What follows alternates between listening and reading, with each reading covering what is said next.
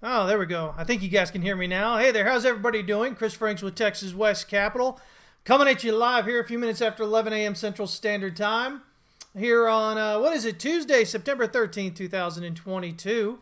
From a beautiful, warm, it's Bernie morning here. Bernie, Texas, guys, just north of San Antonio. But I look to be relocating to the Houston area here later this week. So there won't be a stream here on Friday. We will be in the middle of a move. So we will catch y'all back again on Tuesday next week. All right, guys? So hopefully y'all are doing all right here. Had a lot a lot going on this morning with the CPI number release. I kind of warned about that coming up and how there was going to be volatility as a result. Whether it hit it or didn't hit it, there was going to be volatility most likely. We ended up going a bit higher than what they expected.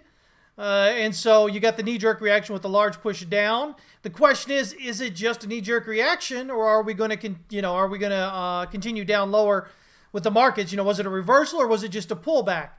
So we'll take a look at some charts here today, and we'll see if we can maybe figure it out, or at least, we don't even really have to figure it out, guys. We just have to understand at what point is it more likely to be a reversal that happened this morning rather than a pullback. See, that's the great thing about trading, guys. Yeah, a lot of new traders come in there and they're so worried about figuring out, about knowing what is going to happen, that they don't understand that they don't have to know what. They just have to know at what point does it become more likely or less likely. And that's the key. That with risk management, guys. That's proper risk management. That's the key there to trading successfully. So who's here already? Nevlusia and Bamboo. Good to see you guys. Christopher Arski's here. Arksy, I can't even say your name, man. I'm sorry. Arksy. Is that what it is? Gerben is here. Data's here. Chris Baker. What's going on, man? Hangry Patrick, Baltazar, Hank, name Mr. Wilkes. Good to see you guys checking in. As always, if you haven't joined us, you can do so here at howtotradetowin.com. We'd love to have you there. Tier 3 is where it's at. We got everything going on there. 3 live streams a week with education, One is with Wyckoff. The other one is with Elliott Wave, and the third one is with Price Action. So, 3 different ways to learn how to trade. And we go through it every week there. Plus, we've got, guys, it says 200. I haven't changed this in a while here. It says 200 plus hours. I wouldn't be surprised if we've got about 300 hours of educational content now. We have a lot, guys. We've been doing this weekly training sessions now for, about 2 years, guys? For almost all 3 of those. And so we've got every recording in there from them. Gosh. 50 plus different, I believe we've got over 50 different trading systems explained and discussed in there and showing you how to use them. Just so much there for you guys to do. And so much else. But, really, it's not even me, guys. It's the people that we have. I think what we do it really well, and that's why people stick with us for so long, years and years and years. And that just gives it a great place to come in and learn. I mean, if you want to learn that, that's what you're looking at. Why would you look at somebody who has a churn rate of like 50, 60, 80%? Well over 90% of the people with us has been with us for years now. So anyway, yeah, there you go, guys. Love to have you there, all right? Let me see here. What do we talk about here real quick? I'm going to try and make this a shorter session here, guys. I've got a few things I've got to do today because we've got that whole relocation coming later this week. But let's go ahead and get going here. So with the CPI pop this morning, the target rate now 82% for a 75 basis point hike. And now we're looking at about an 18% chance of a 100 basis point hike. Guys, if you've been following me for the length of time, you know that I thought that maybe the end of Q3 moving into Q4 would be the last kind of big push higher. And so whether it's 75 basis point or 100 basis point, I think that'll probably do it as far as the large hikes go. I mean, they'll still keep pushing up here as we end the year and into next year. But I think, 50 basis points, 25 basis points, and then, eventually reversing there. There's a lot going on, guys, with what's going on here. It was energy and food, that kind of boosted us up again this time after the pullback last time, right? So last time, rather than just seen as an anomaly, I think we see it as the crack, right? The crack in this rising prices. It was the warning that, hey, prices are pretty much getting strained to the top there, and we should see it potentially pulling back down. And that's still my thesis right now. It seems to be what we may potentially be looking at here. We just need to see following follow through with it, right? And so why might we see that? Well, I mean, we looking at, we've looked at oil and other energy, and we can see that that's been dropping, right? And we'll take a look at that again today here. And so that's a big contributor to those prices, to the CPI, right? As well as, of course, food. So food, you look at things like, I don't know, like Tyson, right? Tyson, huge chicken and whatnot, right? And their last thing that they were talking about basically was that they, more or less, that they were having trouble continuing to raise prices, right? They were having trouble doing that. And so, if they're having trouble raising prices and inflation's going up there, your cars, used cars is another big one, right? And rent, used cars. So car dealers are starting to be really concerned about people being able to afford financing, right? Because interest rates going up like that. Rents have started to drop a bit. We know what's going on with the rest of housing, right? We know there's been that big pullback over the last few quarters. Everything that we talked about was going to happening there. So, I mean, there's a lot going on there to suggest that CPI won't, just continue this astronomical push that has this big push that has the Fed, acting in really overstepping ways, right? And so, if we've already got this pullback and stuff, and which we seem to, generally across things, and the Fed's getting even more aggressive. I mean, again, it's just same old Fed, right? They're coming in, they're overreacting because they're always reacting, never proactive, right? And then they just make things worse. So it pushes us even harder. So if you're looking for a reason why maybe the top is in and we're leading into a recession, potentially a much grander, depression, well, I mean, just look at the headlines. Look at everything's going on there, right? I think in the U.S., last time I saw it, we've got about 20 million customers that are looking to have their power potentially shut off. And then that's quite significant, right? So the power companies, there was the moratorium not to shut off power during the pandemic and all this stuff, right? People got to pay their bills now, though. But usually with energy companies like that, usually they figure out something, right? So usually they'll come up with some sort of payment plan or something along those lines.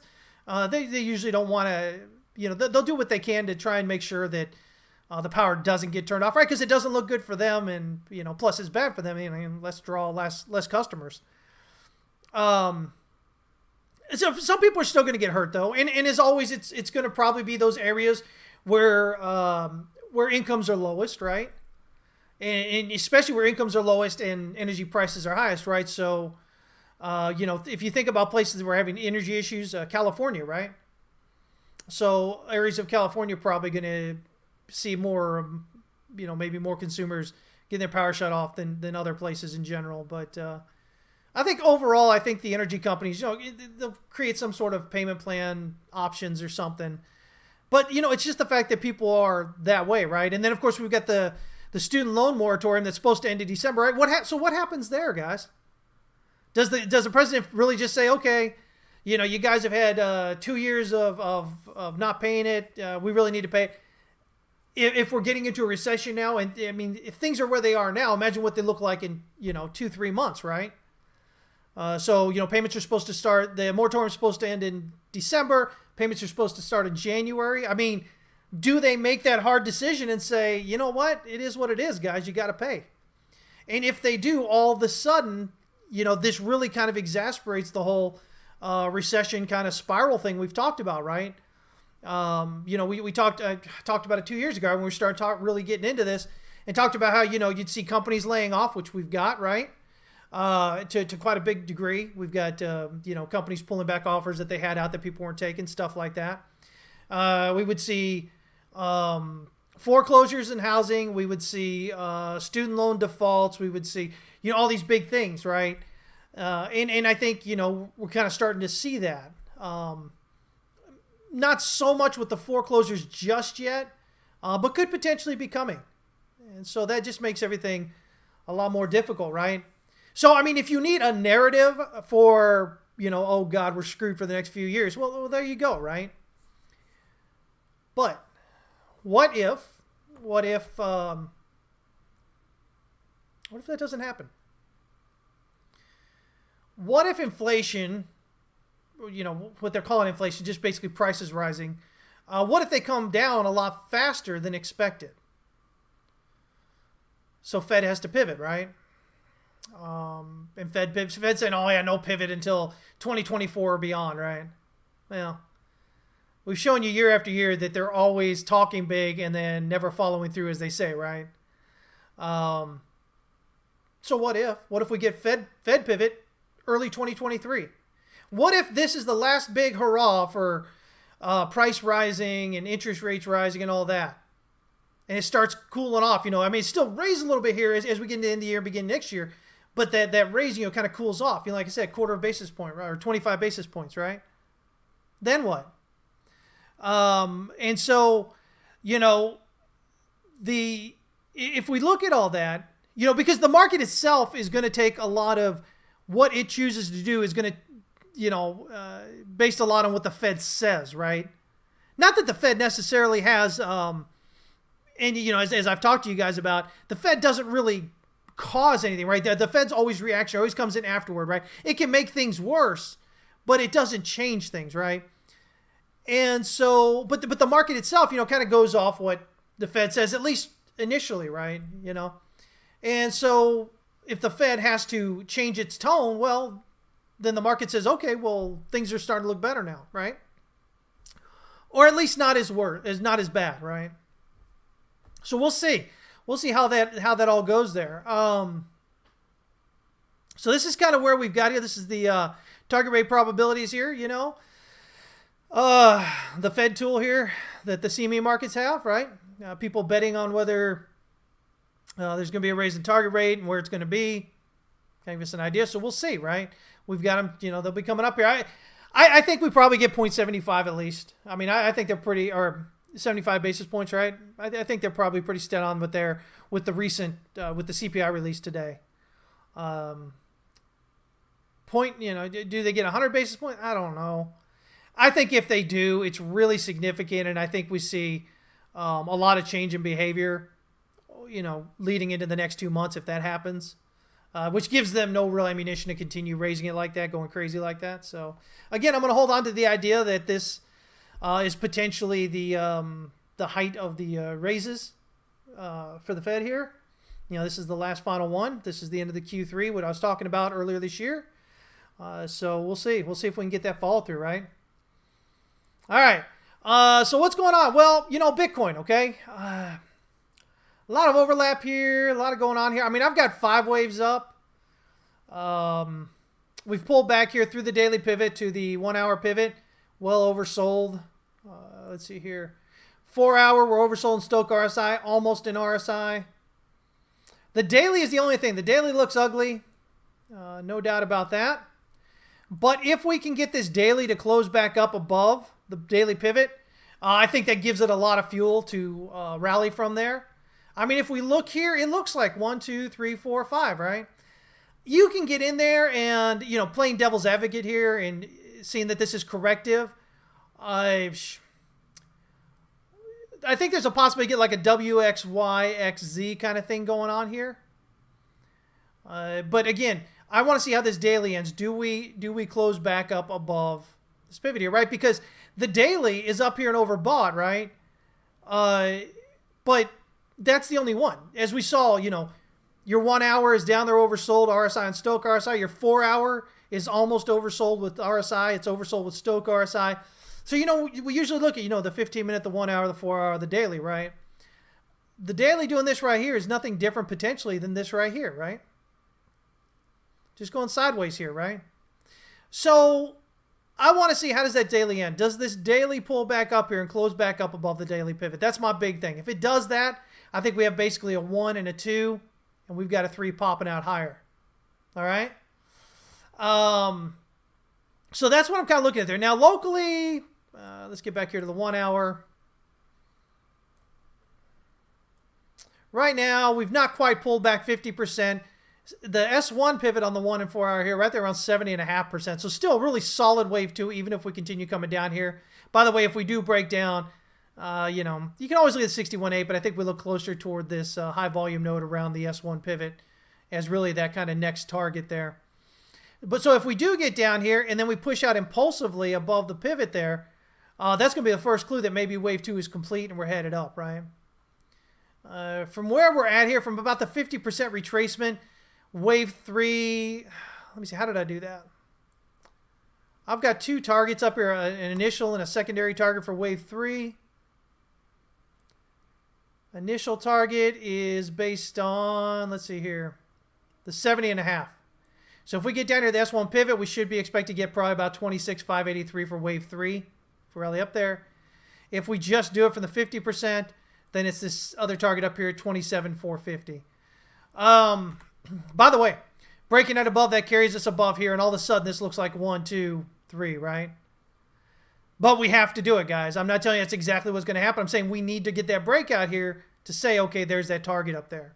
Until we do that, watch out for lower, because guess what? If we drop down below this swing low here at 18,527, if we drop down below that, that screams that this is like a 3 and a 4, and then maybe this is a 1, 2. We'll have 3, 4, 5 still coming down. So that's what we're going to watch right here. Now, it was a big, strong push down. Again, everything kind of getting oversold there on a lot of the lower time frames. So, you know, could just be reactionary here before rallying back up. We'll see what happens there, right? Does the Fed care if markets don't go down, but inflation does? Is it even possible for inflation to go down, but not markets? Let me see here. Is it even impossible for inflation to go down, but not the markets? Well, I mean, if inflation goes down, the market should go up, right? So if inflation's going down, then that takes away the fear of you know, continuing rising interest rates, right? So lower interest, you know, when we look at it, generally speaking, if you're looking at lower and lowering interest rates, then the market should be feeling more and more confident about people being able to spend more money, and therefore the market should, you know, have a more positive feel and go up, right? So yeah, does the Fed care if markets don't go down, but inflation does? I think the Fed only cares right now about the inflation, right? So think, if you're the Fed, right, you sat over there saying, oh, it's, you know, it's transitory, whatever. We're not worried about it. We want inflation to get above the 2%, you know, 4% or whatever, and we want it to stay up there for a bit, and then we'll think about, you know, enacting stuff to make it come down. That was the Fed's talk, right? And then all of a sudden, you know, inflation goes up, right? And you know, inflation, prices. I hate using the word inflation for that. It's stupid. But anyway, so the prices rise, right? And now the Fed's like, oh my gosh, you know, now we got to work really hard to send it back the other way. I mean, you see what the Fed's doing here? It's always like they're. Think of the Fed like, and no offense to any teenage girls that may be listening into this this show, but think of it as teenage girls in high school, right? Over dramatic, right? They're always at the extremes, right? And so if you think about the Fed in that way, I mean, that's all they do, right? It's always extreme to extreme to extreme. Yeah, so I think right now all they're really cared about more than anything else right now is that inflation coming, that you know, CPI number coming down, because they're getting hounded about it, right? You know, they're getting calls day in and day out by the Dems, right? Democrats telling, man, listen, you got to get this under control because you're making us look bad, right? That kind of idea. And so, you know, they're getting that, and, you know, and just having everybody look at them like they're idiots, which, you know, debatable, right? I don't know how debatable it is, but yeah. So, I mean, if you're the Fed, you know, you're looking awful over the last few years, right? You said one thing, it did the other. And then it did beyond where you said you wanted, and now it's really bad, and so you're jumping over there really hard the other way, right? I think that's all they really care about at this point. They can talk about jobs and everything, but jobs are at the, you know, at those significant lows at 3.7%, that unemployment rate, right? Now, again, as I've told you before, usually, as I've shown you before, when unemployment gets around that 3.5%, which is where it was, that usually most often signals a bottom, right, as far as unemployment goes, and then unemployment rises, right? And so what does that mean? Well, if unemployment rises, there's only so much. The Fed talks big about it, you know, getting, you know, prices down and whatever, but here's the thing. If unemployment's rising and they're making it tougher to buy things because they're raising the interest rates, right, Well, so they're kicking they're kicking people while they're down, right? The Fed doesn't want to be seen as doing that. So, they talk real big about, we're going to do all this until, but at the end of the day, are they? If unemployment starts ratcheting up, which I think we'll see it start kind of kicking up even some more now, I don't think the Fed's as steadfast in their rising interest rates no matter what to get inflation down, when it means that they're hurting even more the people who are losing their jobs and everything. So, and if that's coming in, then you've got government, wanting to give out more money to people and all that. So it gets real interesting, right? So all of a sudden we go from quantitative tightening potentially back to quantitative easing again, right? Easy money, easy credit, markets soar, right? So we'll see if we can hit that inflection point. We'll see if we can get that to do it, right? Short-term bonds are down 2-year, hitting its lowest or its highest rate in 10 years, maybe, I think, something like that. It's been a while. So yeah, short-term interest rates, rising up there. Again, because of what's going on here, it's all kind of short-term looking at it, right? But yeah, I mean, you have some longer ones. You have your 10, that's rising as well.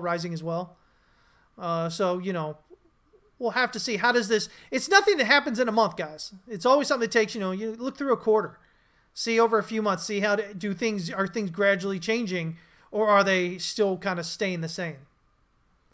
Bamboo says, wanted to ask you about the 10-year yield. I keep hearing that if it rises more, that we will have some doomsday scenario. So I figured I'd ask you. Everybody's doomsday, right? I think I was already doomsday enough a couple years back, right? Get y'all prepared for what's been happening, right? And now I'm telling you, I don't know. We'll see. We're gonna take a look at some other charts here real quick, and we'll see if maybe there's still some hope, right? We've talked about it. Stock markets look like they topped out. NASDAQ in November, S&P and Dow there in January, right? But I'm giving them some leeway here. So let's take a look real quick here. Well, you know what? Let's look at the DXY real quick. Potentially, we've got a 1, and then this expanded flat for a 2, right? So, the opposite of what, Bitcoin's looking like, right? You've got this topped out 1 hour here, overbought 1 hour. 4 hours about to hit overbought with Stochh RSI. RSI is almost there. That's a huge 4-hour candle, right? Breaking out back above that 4-hour pivot. And so I think the bigger thing, though, potentially might be this daily, right?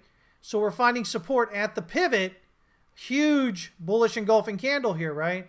We're getting a potential bullish cross here. But RSI is the question. RSI, it was right there at neutral. It's just now breaking to the bullish side of neutral. But how much does it really have in it? It's not like it reset down here or anything. It's coming off overbought. So I think the daily is probably the more questionable one, I guess you'd say. We'll have to see, does this break out above the swing high here? Which suggests then we'll have 5 waves up, right, from the low here. If it breaks back down below here, though, I think that solidifies the idea that this is probably the top. Let's kind of jump back over here. Again, yeah, we're breaking it above here, but still, really overbought there.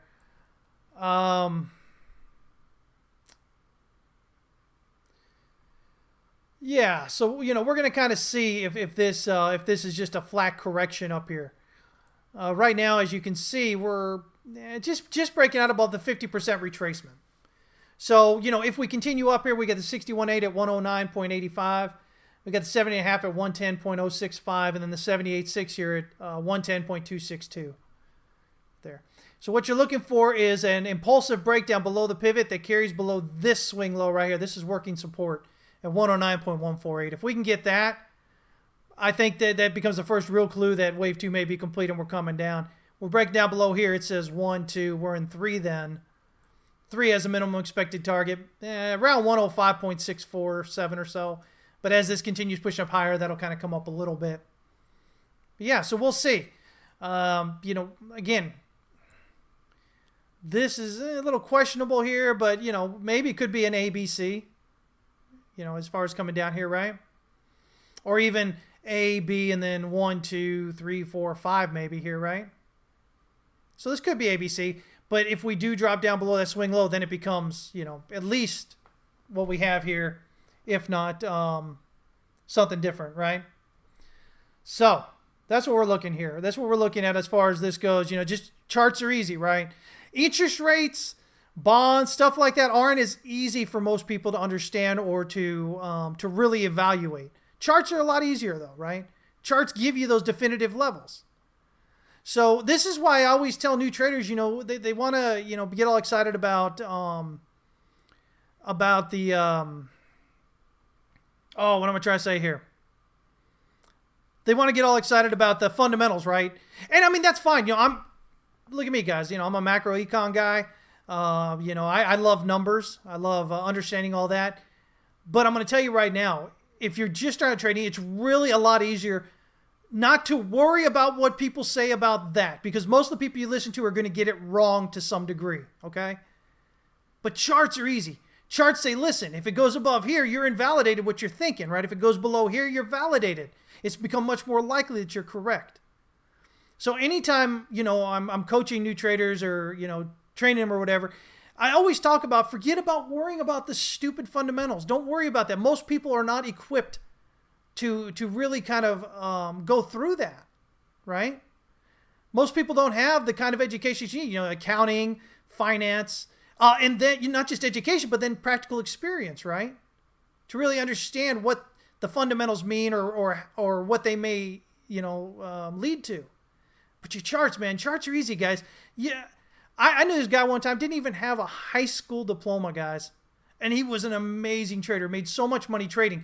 Technical analyst, completely off the charts.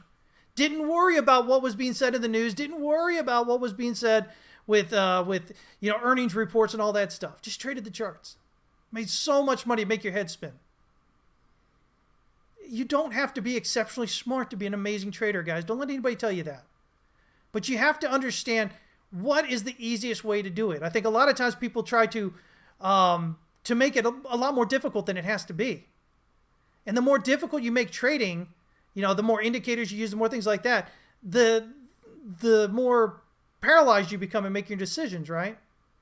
Which is why we teach price action on Wednesdays with Tier 3 members, to get them away from all the other things. And then sometimes we'll bring in other things to show them, look, we do this here, and then we bring it in and go, look, it's right there at the pivot. Look, it's right there at, at our volume profile. It's right there at, Elliott wave count or whatever. It's right there at, oversold on the, RSI or something like that, just to kind of show them that all these things you use, guys, you don't have to use 15 of the same thing. Everything gives you the same information. Just have to pick something and stick with it. Get to using it real good, okay? What was his trading strategy? I'll never tell. I'll probably tell at some point. But yeah, no, really, it was just a lot of it was price action. A lot of what he did. More than anything else. He didn't do Elliott wave. He understood Wyckoff without actually learning Wyckoff, just based on price action. And just, trading for so long, you get an idea of what the market's potentially doing in these areas and whatnot. Yeah. So, not a very smart guy. I mean, I don't mean that to be rude. And I laugh because, I hate saying something like that. But I need to drive home the point to you guys that he wasn't exceptionally intelligent. He was a great guy. He's still a great guy. But, he knew, right? He had to stop before, he graduated high school. He had to get out because he had to, take care of his family. And so, doing menial jobs and whatever because he didn't have a, high school diploma. Figured out, and he was driven. He says, man, I got to figure out, he was telling me, he's like, man, I got to figure out what I got to do here to, to make money. I can't make enough doing this. And that's when he decided to start trading. Figured that out. But that was decades ago now. But yeah, there's nothing different in it, guys. So I tell this because you can do it. It's just you have to understand what you're doing. You have to have the right mindset. You have to approach it properly, right? Don't talk nasty about Peter Brand. So yeah, again, we can talk about bond yields all day long and everything, guys, but really, I mean, you guys know what my macro idea is and why, as far as, bond rates and everything else goes, because, I've talked about it for years now, right? But really, if I'm you, and especially if I don't have a proper education in accounting and or finance, really, I'm not even worrying about that. I'm just trading the charts, guys. I'm a trader, not an investor. And I'm going to tell you what, when you do that, life becomes a lot easier because you don't have this other thing yapping at you from behind the head, going blah, blah, blah, blah, and you really don't know what's going on, right? Not that you can't learn, guys. I'm not saying it all. I'm not putting anybody down saying you can't learn. I'm just saying, man, like in life, figure out those things you can do easiest that have the greatest impact and do that first. If you want to understand something else more in depth or whatever, okay, that's great. Take your time and do that, right? But start off doing that thing that gives you the greatest impact the easiest way possible at first. And that sets you up to be able to do all the rest of that, all right? Oh my God. You guys, I'm going to tell you what, if you go on these idiots here, y'all deserve to have your money stolen from you. I'm going to tell you right now. Sorry, but man, oh man. I keep getting people, that still click on those things. Why do you guys still click on that? Stop with the nonsense. They're going to steal from your crypto wallets. Guys, why do you think they're on this channel doing that? Because they know you guys have crypto. They put those little bugs in their browser code, man. Take your wallets. Oh. Anyway, so yeah. Crypto Critical, what's up, man? Says, should we be pulling back in 3 waves now in wave 2 in Bitcoin? Yeah, so that's what I was talking about over here. Yeah, I think there's a possibility that we've got 5 up here. We've had a pretty solid rally. If the count's correct, breaking out above wave X suggests that wave 1 is complete here at about almost a 70.5, right? So I think the easiest way for anybody right now is going, okay, if we don't rally from here, which is around the 50% right here at the 1 hour pivot, I think we necessarily look down here around this high volume node, right around the 70.5% at the 1 hour S1 pivot. If we're breaking down through that, I mean, it's still possible it could be a wave 2, but I think if we're breaking down impulsively below this level, I think then we start looking at the possibility maybe this is just some sort of, I don't know, WXYXZ kind of correction. And this is like big wave 3, big wave 4, and then this is wave 1 and 2 of wave 5 heading down. Yeah. But I think if we break out above this swing high here, I think 26,580, 360 or 27,450 minimum wave 3, and I think bottoms in, we're set to go. So, we'll see. So here's the other thing, guys. Let me show you something. What do you notice about the volume here? So we go from the top here down the lows. What do you notice about the volume? I am literally drawing it for you guys. What do you notice about the volume? It's going down, right? It's going down. When this is impulsive, right?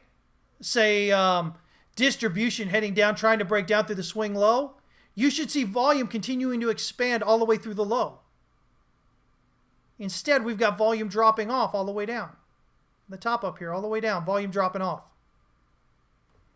And then we've got volume expanding as we were kind of rallying up here, right? So volume expansion on a rally is what we look for when we're trying to say that the trend is up, right? Volume expansion on a decline is what we're trying to say that the trend is down, right? It's a volume expansion, and there's, expanding candle spreads. That kind of tells you which way the trend's going. So when I look at this, I go, well, I don't know. To me, it looks like this very well may be accumulation here.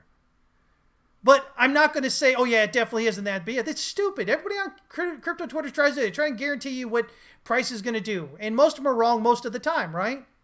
No, I'd rather talk to you guys. Go, listen, it looks like we've got five up. If we're pulling back in wave 2, then here's our likely targets. If we're dropping down impulsively through this secondary target here, it increases the odds that maybe this is just corrective and we're coming down to a new low. But if we can turn up from here or here and break out above the swing high there, that's a huge signal saying, listen, this looks like 1, 2, we got 3 going up. And that'll carry us above this swing high, which again just makes on the larger time frame much more likely this is 1, 2 with 3 headed up. So that's what I'm looking for. That's what I'm looking, to see there. I'm not interested in being overly aggressive at the moment, especially not after a strong drop like that, right? But look what happens here. Look at this volume and price action here. So you got this big bar here. If you look up here, it tells you the height of the size of the candle spread here, right? The body. $1,128, right? Big, huge spike of volume. Okay. Almost the same height here, right? This is a pretty good volume, right? But we go from 1,128 to only 212. And then we go to 185. And then we go to 173. And then we go with the current one right here at $53, right? Look at your volume. Your volume, like especially between these two, look at this significant difference. Still a significant bit of volume. Tiny compared to this one, right? Again, $1,128 here. This one's only $211. This is almost 1/6 the size of this, and the volume is pretty close to the other volume. What does that tell us? Comparatively, there is a lot more effort going into this candle, and they're getting a lot less results. Why is that important? Because that tells us demand showing up there, and it continues to show up as we get toward that pivot area. Even though the volume is dropping off, so are the sizes of the candles here. We continue to see more effort and less result. Even though supply is still winning out, it's less and less winning out as it's getting down there, right? So pay attention to what we're looking at here. Okay, guys? Isn't there a lot of illiquidity sweeping down below double bottom levels? Do you mean is there liquidity down there? Sure there is. Yeah, you're going to have people. Yeah. You're going to have people down here. Heck, let me show you. You've got people. I'll show you a quick way to visualize this. We got to get on the other charts here, but you've got liquidity all down here. You got demand all in these wicks here. Because what happened was this went down and rallied up so quick, and people were scared and they didn't get in. And then it had another chance they didn't get in. And then it dipped down here and they still didn't get in, right? So it goes up here and comes back. And guess what happens down here? Some people jumped in, right? It's going back up here. So yeah, if you get down here, there's going to be people waiting to go. Either people that are defending their longs from down here, like me, or people who missed the opportunity, here, here. And they'll look to add in, or they'll look to jump in, right? So yeah, you're going to have liquidity down there. And if you can break down through it, then it opens up for a push lower, right? But you have to break through it. And so far, as much as they've tried, there's been no real push. They keep getting caught right around this same area. Look at this. This low here is almost the same low we had back over here at the end of June. Just slightly lower, right? Slightly lower. But that same area couldn't get through it. Instead, we got this, right? So where are we getting rejected? We're getting rejected right here at that resistance, right?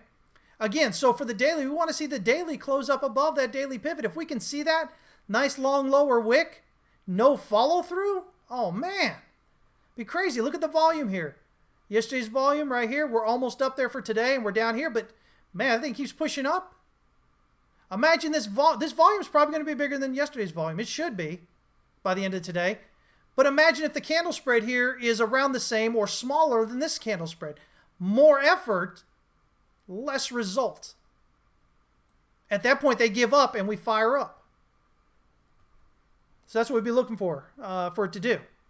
Now, if you can get down here and you can mount enough sell pressure to break out of it, well then, okay, yeah, then it opens up for those lower targets. But until then, pay attention to what's going on here locally. Too many people, they get in here and they short here, and all they can see is 13,000, 10,000, 7,000. They pay no attention here and they miss out. They miss out taking profit from a good short.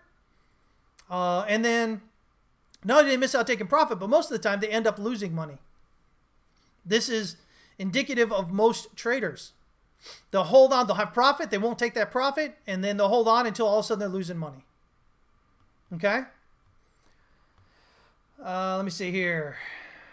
If we V-shape tomorrow to Monday's highs, what is the likely outcome from there? Well, heck, if we just close today up over there. Like I say, if we can get a close above that daily pivot, for all intents and purposes, we're probably good to go breaking out higher. That daily pivot right now. Now, here's the thing. If we close below the daily pivot, it doesn't mean that we necessarily have to go to new lows. It just gives it more likelihood that we will, comparatively, right? But if we can't close below the daily pivot today, if we can't close around that daily pivot, significantly below that, where it's not around it, if we close around it, that's a lot of in-your-face to sellers, to supply, is what that is. And the market goes, well, hell, I'm scared to short now. Well, the smart people anyway.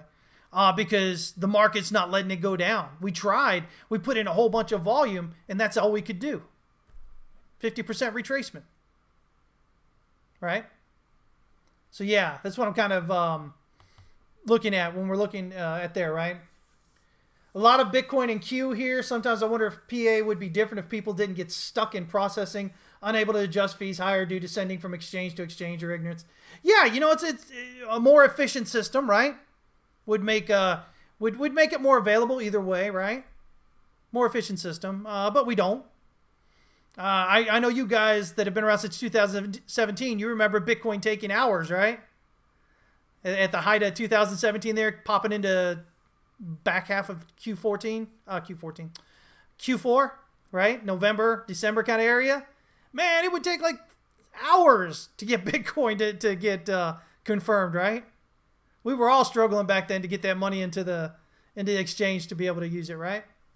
So yeah,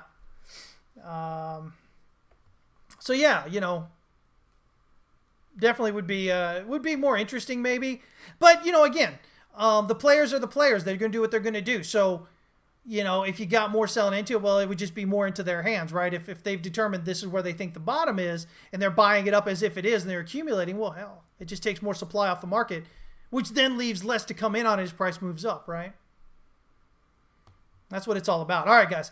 Let me jump over here real quick. Oh, man, I got to go. Let me see here. Let's look at the NASDAQ composite right here. All right. So still, trying to give some hopium here, right? Maybe, maybe this is bullish off the lows, right? I'm looking at this. So what did I look at? Well, I'm looking at the idea that we've got 1, 2, 1, 2, 3, 4, 5, 3, 4, 5, right? Though I guess this could potentially even be a triangle here, right? So A, B, C, D, E is a running triangle. But if that is, that'd be 1, 2. That has to be 3, 4. And I don't think that's not big enough. Because that 5 would be bigger than that. So that wouldn't work there. So I've got this as a 1, 2, right? And then I've got this as maybe a 1 with a flat correction here. But that's deep now. This morning when I did this, it was at 70.5.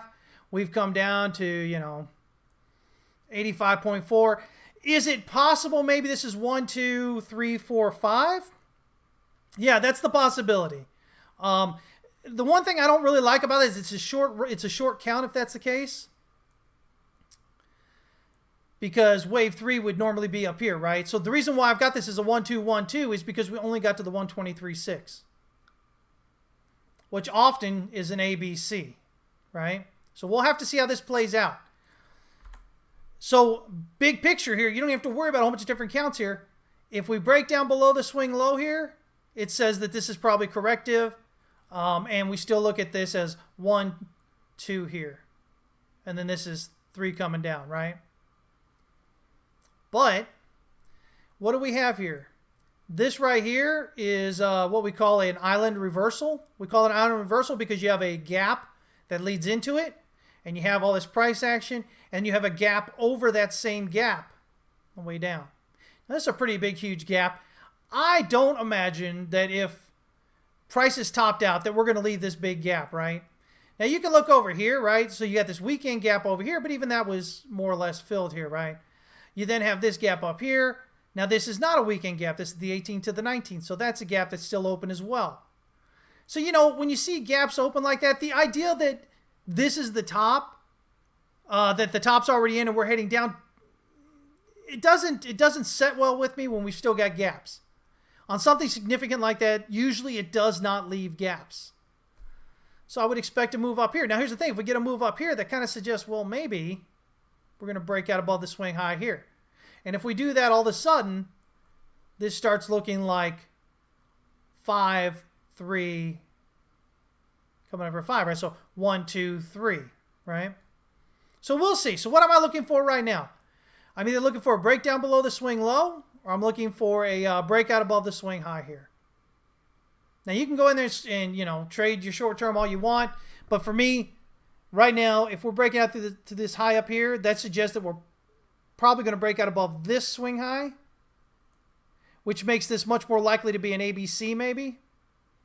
And so this becomes 1, 2, 3 up, rather than 1, 2, and we're working on 3 down. Okay? So, it becomes just like, and that's the same thing with the E-minis and the Dow. Same idea. Same thing we're looking at. You see here. Now, my only thought here is that the Dow, I think I've actually got that as a wave 1 up on that one. Yeah, so, if I count this out here, it's a short wave 1, because, again, if we go measure out wave circle 1 here, right? Wave circle 2, well, wave 3 is up here. We're stopping just shy of that. We get 5, right? But I can count. I can count it.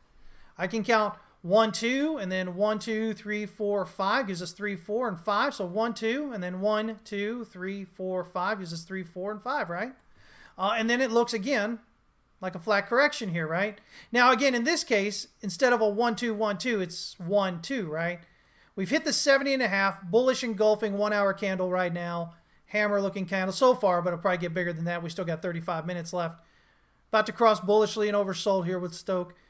Again, same idea. We've got this island reversal up here.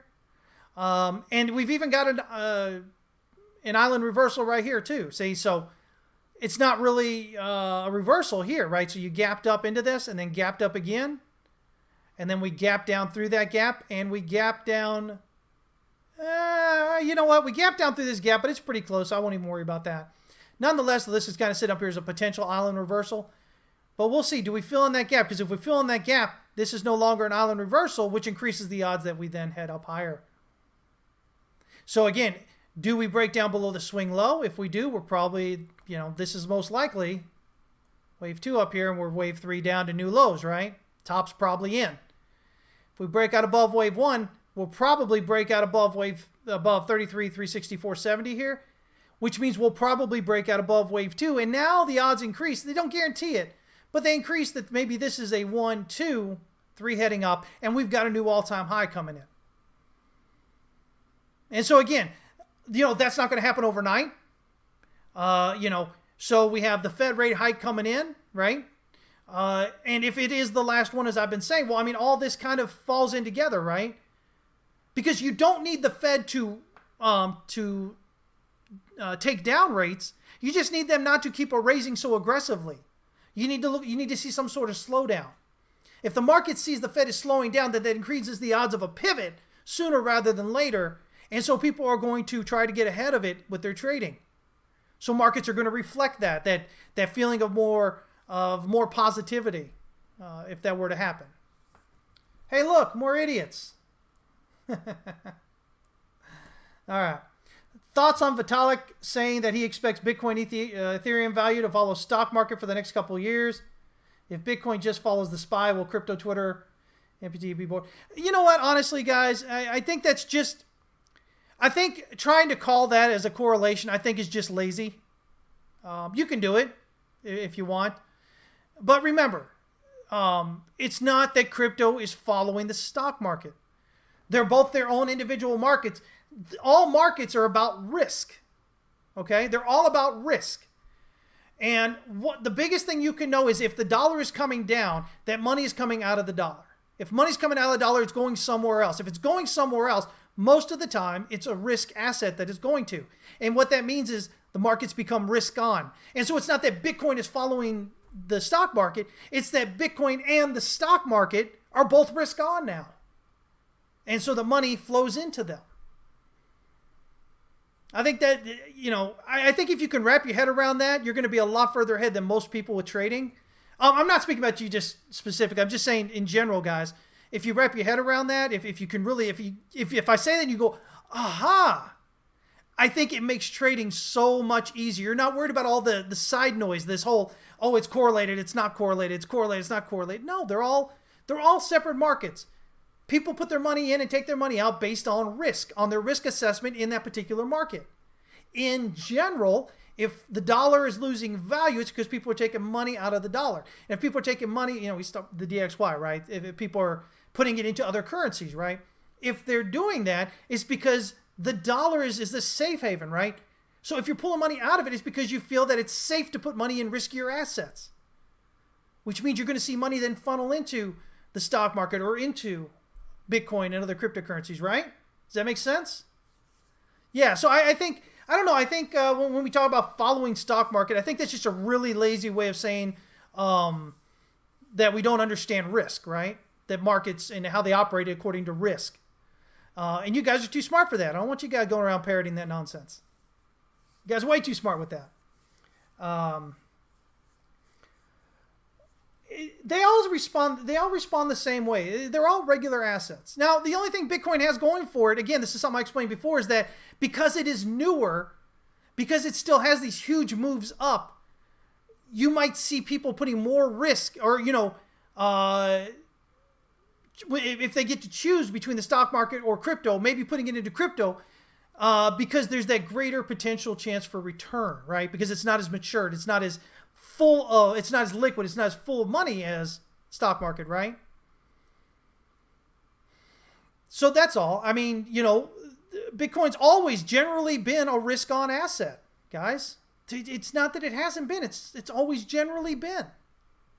It's like anything else, right? But because of its newness, because of its lack of really being out there, so people see it as the shiny object, and they're more willing to throw money into it.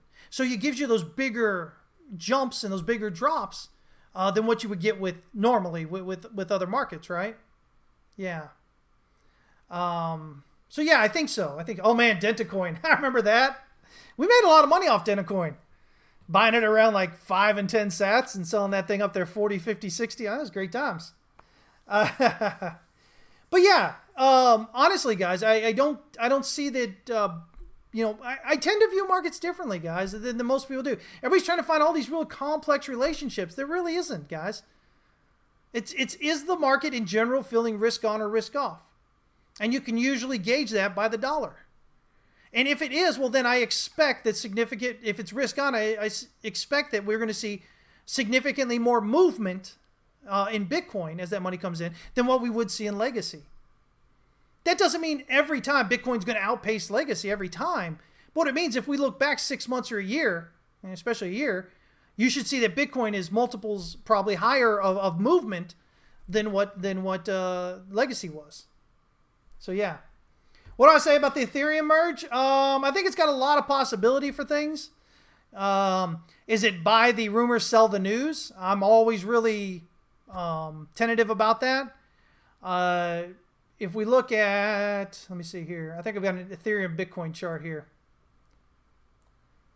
So there's my Ethereum Bitcoin chart right now. I think it's possible we have a 1, maybe a really short 2 here. Or this is 1 of 5. But this is a pretty clear 3 down. It looks like we're finding support right here on the pivot here, on the daily pivot. Reset into oversold. I think Ethereum potentially outperforms Bitcoin for a bit more here, if we can get a breakout above the swing high here. If this count is right through here, this gives us a 1, 2 of 5. Means 5 is looking up here at about 0.100705227 kind of area. And then that maybe finishes 5, and then we pull back to this 4 here, right?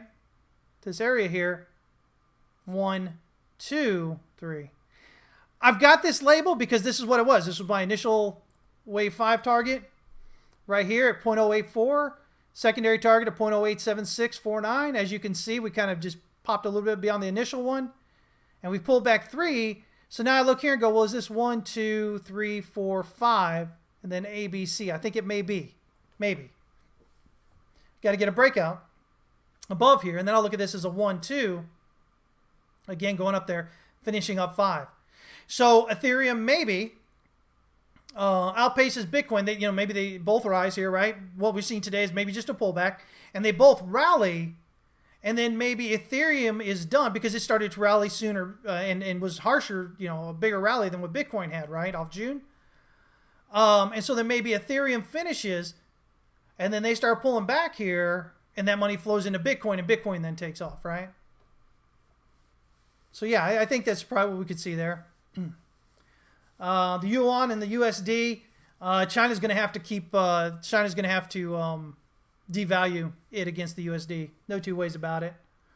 Thoughts on Russia, India, China currency with possible gold backing? Man, I think it's a bunch of talk, guys. Listen, at the end of the day, the world turns on the dollar right now. That's all there is to it, and it is not going to change overnight. Does that mean that's the way it has to stay forever? No. But it means that this idea that suddenly next year or the year after, all of a sudden, the USD isn't going to be this huge centerpiece of global finance is just a bunch of BS. That has nothing to do with me being American. It has to do with understanding global finance, guys. It doesn't happen just that quick. The yuan right now, the digital yuan, is having a real tough time making any kinds of inroads at all anywhere. All that aside, the world knows better because they know that if they are to change that from the dollar, there's the potential for quite a strong disruption in everything global, which affects them at home. So this idea to move from the US dollar to something else as a global reserve type currency is not something that's just, oh yeah, we're going to do that because we hate the US kind of thing. Because all these countries, Russia, China, everybody, they're all going to be hurt. Everybody is going to be hurt when you move off that kind of system because the US dollar is so ingrained throughout the world. It's so much a part of this global financial thing, right? That unwinding it, getting it out of there is going to cause a lot of issues. Again, I'm not saying that it can't be done. It won't be done. I'm just saying that people tend to come up with this idea that it's something real easy. It's going to happen, right? No. It takes a bit. It's going to take a bit to do it. Do I expect the U.S. to remain the global reserve currency forever? No, nothing ever does. It always changes, right? Is it going to change tomorrow or next year or 5 years? I don't think so. Not at all. I don't even have like the slightest bit of, yeah, potentially it could. I really don't even think that. So, yeah, it's not about, yeah, exactly, Hank. It's not about, and when I say this, a lot of times people are like, oh, you're in the U.S., you're a U.S. citizen, that's why you said, no, it has nothing to do with that. It has to be realistic about what's going on. The U.S. dollar did not get into place it is overnight. We know Bretton Woods, right? So Bretton Woods happened, and around that time is when the world really started, leaning on the U.S. dollar as the global reserve currency, right? But do you guys know that from the beginning to mid 1950s until that time, there was a dual global reserve currencies? It was gold and the dollar, guys. So the dollar, it took from the 50s into the 70s before it even became itself the only, global reserve currency. And it's been entwining itself throughout the world all this time, guys. That's what, 50 somewhat years, right? 50 years now. It's nothing that just changes overnight. And it's unfortunate that people think it's so easy. But, again, online, guys, it's easy to get caught up in narratives. It's easy to get up in sound bites. It's easy to go, oh, yeah, well, that makes sense, without really ever doing any homework and studying on it. I hope, whether you believe the things that I say or not, guys, I hope that it at least encourages you to do a lot more research than what you might normally do. As human beings, we don't tend to research a whole lot, guys, right? We tend to have opinions based on our family, our social circle, our religious circle, whatever, right? Our socioeconomic status. These give us narratives that we're raised in, and we don't really ever question them. Okay? And so I just hope that a lot of what I say just gets you to I don't want you to just agree with me. I want it to actually make you think and to make you feel like you just have this burning desire to go and actually look things up and start becoming more educated about things rather than just assuming that the things that we think we hold as truth, we really don't. We don't really have a basis for it. We just do it because that's the way we were raised. Those are the people we're around. Right? It's the same. It's politics, religion, money. It's all the same thing, guys. That's how we do it, right? So yeah. Yeah, and you know, and one of the big things when it comes to the U.S. dollar, everybody's like, oh, it's just printed out of thin air. It's not backed by anything. It actually is, right? So just a quick comment here about the USD. The USD is actually backed by the fact that it's required, right? So there is a requirement. It's not just they print this dollar and it just sits there. It's required. If you're going to pay U.S. taxes, you absolutely must pay in U.S. dollars. No ifs, ands, or buts. If you have to pay U.S. debt, you absolutely have to pay it in U.S. dollars. And guess what? Over half the world's debt is U.S. debt. Half the world has U.S. debt. They have to pay in U.S. dollars. So, you know, if you're very much anti-government and very much, oh, the dollar isn't worth anything, blah, blah, blah, understand that it is. There is a purpose for it. There is a reason for its being. It is required. And so it's not just simply printed out of thin air and that's all there is to it. There is actually a requirement for it. It's hard to swallow, guys. I know I'm not a big fan of, you know, centralized government and all that either. But, you know, just because we don't like things doesn't mean we should not do our best to understand how they work, right? We can't say, oh, well, we don't like it, so we're just going to ignore that and say it's not really the way it is. It is the way it is, right? Quick Bitcoin question, buy the dip or short the drip? I would say wait and see what happens right now. If you haven't shorted already, if you're going to buy Bitcoin right now,